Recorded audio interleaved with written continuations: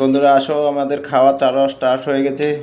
এই যে ভাই এদিকে খাচ্ছে, এই যে মাথা নিচু করে। বাস, আমাদের খাওয়া দাওয়া চালু হয়ে গেছে এখন, রাত্রের খাওয়া দাওয়া।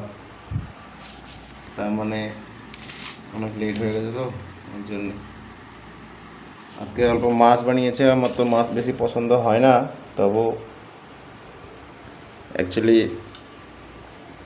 খেতে টাইম লাগে, আরও বাঁচতে লাগে, অনেক কাটা কুটা থাকে। আমি তো শর্টকাট খাওয়ার মানুষ, তাই ওটা অল্পটুকু রিক্সই লাগে আর কি। কাটা যদি লেগে যায় গলাতে, এর জন্য আর কি, মানে কি বলবো, কথাটা বলার শরম লাগে, লাজ লাগে, ওটাই আর কি, অন্য কিছু না।